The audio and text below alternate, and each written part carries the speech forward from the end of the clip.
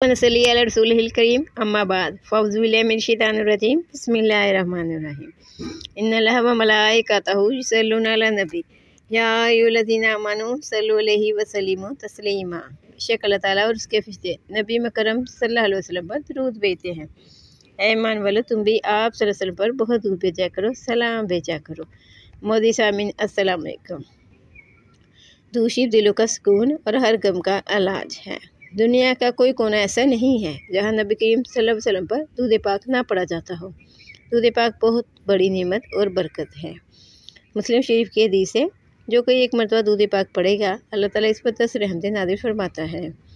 दुरूद शरीफ खुशबू है। दुरूद शरीफ नस्लों के फैसले का ज़रिया है। दुरूद शरीफ के अंदर ऐसी रूहानी रमज़ें मौजूद हैं जिनकी तलाश में अल्लाह वालों ने अपनी ज़िंदगियों के अंदर, अपनी महाफिल के अंदर दुरूद शरीफ की हिफाज़त पर जोर दिया है। दुरूद शरीफ की तस्बीह पर जोर दिया है। दुरूद शरीफ नस्लों को बेरारवी से बचाता है। दुरूद शरीफ की बरकतें नस्लों के अंदर चलती हैं। दुरूद शरीफ पढ़ने वाला कभी बदबख्त नहीं हो सकता। दुरूद शरीफ पढ़ने वाला बदनसीब नहीं हो सकता। दुरूद शरीफ पढ़ने वाले से अल्लाह ताला खुश होता है और दुरूद शरीफ पढ़ने वाले से नबी करीम सल्लल्लाहु अलैहि वसल्लम खुश होते हैं। दुरूद शरीफ पढ़ने वाले से फरिश्ते खुश होते हैं। दुरूद शरीफ पढ़ने वाला अल्लाह ताला की खास रहमत की नज़र में होता है। आइए हम आपको एक दुरूद शरीफ की और नमाज की अहमियत का एक वाक़या बयान करते हैं। अब्दुल्ला ताहिर जब खलिस्तान के गवर्नर से और निशापुर का ताल्लुक हुआ था तो एक लोहार शहर हरात से निशापुर गया और चंद दिनों तक वहाँ रहा। वहाँ कारोबार किया। फिर अपने अहलो यार से मुलाकात के लिए वतन लौटने का इरादा किया और रात के पिछले पहर सफ़र करना शुरू कर दिया। इन दिनों अब्दुल्ला ताहिर ने सिपाहियों को हुक्म दे रखा था कि वो शहर के रास्तों को महफूज बनाए ताकि किसी मुसाफिर को कोई खतरा लाहक ना हो। इत्तेफाक ऐसा हुआ कि सिपाहियों ने इसी राह चंद चोरों को गिरफ्तार किया और मेरे खलिस्तान को इसी खबर भी पहुँचा दी। लेकिन इनमें से एक चोर भाग गया। अब ये घबराए कि अगर अमीर को मालूम हो गया कि एक चोर भाग गया है तो वह हमें सजा देगा।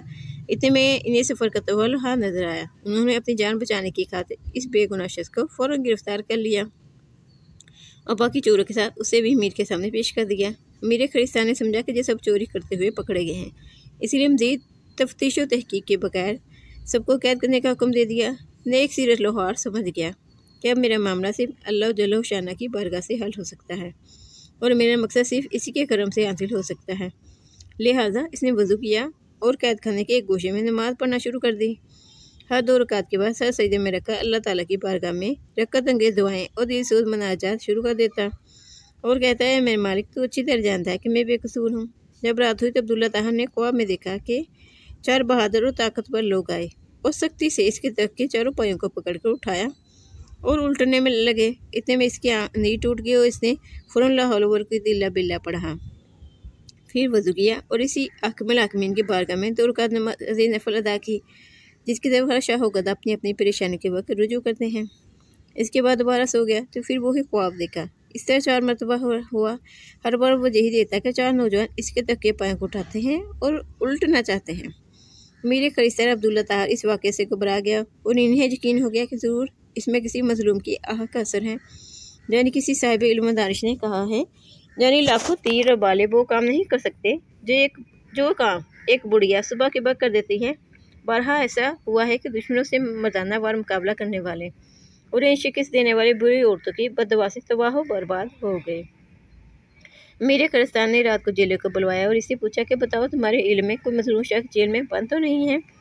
जेलर ने अर्ज़ की, आलिजा, मैं ये तो नहीं जानता कि मजलूम कौन है, लेकिन इतनी बात ज़रूर जानता हूँ कि जेल में एक शख्स को देख रहा हूँ जो जेल में नमाज़ पढ़ता है और रकत अंगेज़ दिलसोज़ दुआएं करता है।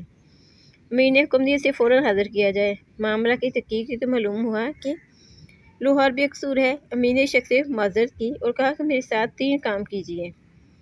नंबर 1, मुझे माफ़ कर दें। नंबर 2, मेरी तरफ से 1000 दिरहम कबूल कर लें। नंबर 3, जब भी आप किसी किस्म की परेशानी में मुब्तला हों तो मेरे पास तशरीफ़ लाएँ ताकि मैं आपकी परेशानी में मदद कर सकूं। नेक सिर लोहार ने कहा, आपने जो फरमाया कि मैं आपको माफ़ कर दूं तो मैंने आपको माफ़ कर दिया। आपने मुझे कहा कि 1000 दिरहम कबूल कर लीजिए तो मैंने कबूल कर लीजिए, मगर मैं आपकी इस बात को नहीं मान सकता कि जब भी कोई मुश्किल दर पेश आए तो मेरे पास आना। मीर ने पूछा, क्यों नहीं हो सकता? तो इसने कहा, वो खालिक मालिक जल्लो शाना है जो मुझ जैसे फ़कीर के लिए आप जैसे बादशाह का तख्त एक रात में 4 मरतबा ऊंधा कर सकता है, तो मैं इसको छोड़कर किसी के पास जाना रसूल बंदगी के खिलाफ है। मेरा वो काम जो नमाज़ पढ़ने से पूरा हो जाता है, मैं उसे किसी गैर के पास लेके जाऊँ तो ये उसकी बंदगी के असूलों के खिलाफ है। लिहाजा मैं ये नहीं कर सकता। इस वाक़े से हमें मालूम होता है कि दूषी पढ़ना और नमाज़ पढ़ना कितनी बड़ी सादत है और इससे परेशानी को ख़त्म होता है, मुश्किलात में मदद होती है और फरिश्तों की गैबी मदद हासिल होती है। अल्लाह ताला से दुआ है कि अल्लाह ताला हमें भी ऐसा यकीन इत्मीनान अता फरमाए और ऐसा ही अमान अता फरमाए। और आखिर में अल्लाह ताला से दुआ है कि हमें भी खुलूसी नीयत के साथ, मोहब्बत के साथ दुरूद सलाम पढ़ने, पढ़ाने, लिखने, लिखवाने और इसकी नशोशात करने की तौफीक अता फरमाए। आमीन सुमामी बिजाइल नबीजिल अमीन करीम सल्लल्लाहु अलैहि व आलिहि वसल्लम।